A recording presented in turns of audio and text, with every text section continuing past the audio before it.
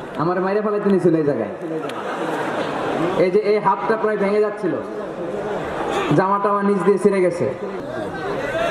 আমি করতেছি দোয়া আর এরা মাইক ঠিক করে, একেবারে সোজা করে দিব সবগুলো।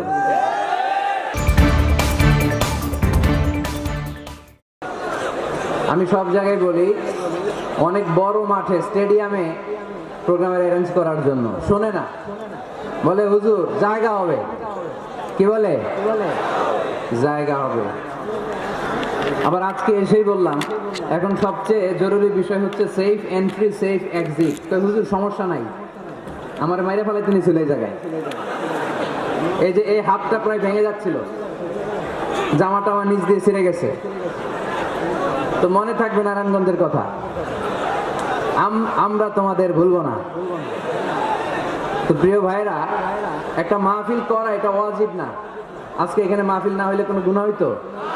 কিন্তু একটা দুর্ঘটনা যদি ঘটতো গাজীপুরে, এর চেয়ে অনেক মানুষ মিনার প্রান্তরে হাজীদের যে ধাক্কাটা আসে, এরকম ধাক্কা শুরু হয়েছিল একটু আগে, দেখছেন? গাজীপুরে এমনটাই হয়েছিল। এক বৃদ্ধ বাবা স্ট্রোক করে ফেলছে মাহফিলের মাঝখানে, পানি খাওয়ায় বাতাস দিয়ে তাকে শান্ত করা হয়েছে। এক বাবা তার ছোট্ট ছেলেরে নিয়ে আসছে মিজানুর রহমান আজহারের ওয়াজ শোনাবে, এখন ধাক্কার মাঝখানে পড়ছে বাবা তার ছেলেরে নিয়ে। বাবা কোন রকম দাঁড়াইতেছে, ছেলে ভর্ত হয়ে যেতেছে। তো আপনারা এরকম ধাক্কা ধাক্কি বিশৃঙ্খলা করলে যে কোনো সময় বড় একটা দুর্ঘটনা ঘটে যেতে পারে। এজন্য আপনাদের কাছে আবেদন করবো, এই তাফসির মাহফিলগুলো বড় স্টেডিয়ামে করার চেষ্টা করবেন, বড় মাঠে, ঠিক কিনা? যাতে লক্ষ লক্ষ লোক আসলেও জায়গার সমস্যা না হয়। মহিলা প্যান্ডেলেও নাকি এই অবস্থা, মা বোনদের শরীর নরম, ওনারা অল্পতে ব্যথা পেয়ে যাবেন বেশি, কষ্ট হবে বেশি, একটা খারাপ স্মৃতি নিয়ে তারা যাবে, ব্যাড এক্সপিরিয়েন্স নিবে নারায়ণগঞ্জ থেকে। তো আমরা যারা নারায়ণগঞ্জবাসী, আমরা কি চাই অন্য এলাকার মেহমানরা এসে কোরআনের কথা শুনতে যেয়ে আহত হয়ে যাক কেউ?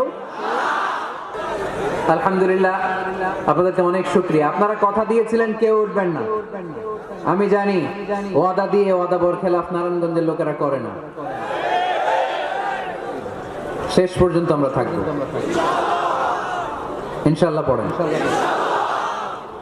যারা কষ্ট করে, আমি ভাবছিলাম আধা ঘন্টা কথা বলবো, আমার সেক্রেটারি বলতেছে 30 মিনিটের 1 মিনিট বেশি কথা বলবেন না, কারণ মানুষ এখানে দুর্ঘটনা ঘটার সম্ভাবনা আছে। তারপর আস্তে আস্তে আমরা সবাই মিলে আমাদের ক্রাইসিসকে আমরা ওভারকাম করেছি, ঠিক কিনা? তারপরে আস্তে আস্তে আমাদের অভিভাবক, আমাদের অত্র এলাকার এমপি মহোদয়, উনিও এসেছেন। আমরা একসাথে সংক্ষিপ্ত দোয়া করে বিদায় নিব ইনশাআল্লাহ। পড়েন। আয়োজক কমিটির আন্তরিকতার কোনো ঘাটতি নাই, অনেক চেষ্টা করেছে। এই ক্যামেরাম্যানরা বসো বসো বসো বসো, এই এই সিট ডাউন বসো বসো, এই ক্যামেরা হাত দিছো কেন? বস।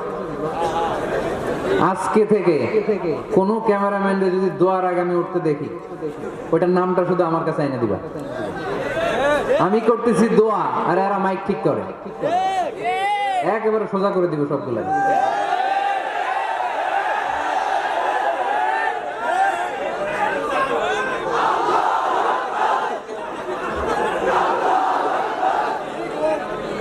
তোমরা মিডিয়ার কর্মী হয়েছে দেখে ভাইবো না তোমরা মানুষের সাইজ করবে, যে এরাও তোমরা সাইজ করে দিতে পারে। এজন্য কেউই আমরা অন্যায় করতে চাই না, নিয়ম বহির্ভূত কোনো কাজে যেতে চাই না, অপ্রয়োজনে কাউরে সাইজ করার দরকার।